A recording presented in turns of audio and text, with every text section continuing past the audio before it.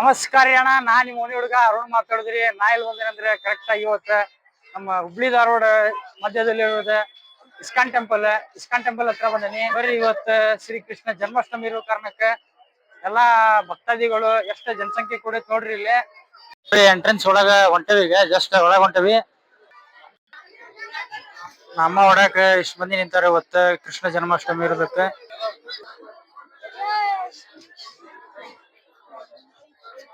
ಜಯ ಶ್ರೀ ಕೃಷ್ಣ.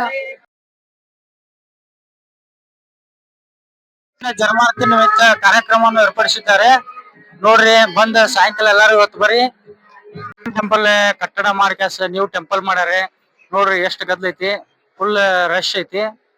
ಆದ್ರೂ ಪಾಳೆ ಆರಾಮ್ ಹಚ್ಚಿ ದರ್ಶನ ಮಾಡ್ಕೊಳತ್ತಾರ. ಹರೇ ರಾಮ್ ಹರೇ ಕೃಷ್ಣ ಅಂತ ಹೇಳಿ. ಬರ್ರಿ ನೀವು, ಇವತ್ತು ಕೃಷ್ಣ ಜನ್ಮಾಷ್ಟಮಿ ಐತಿ. ಜೈ ಕೃಷ್ಣ.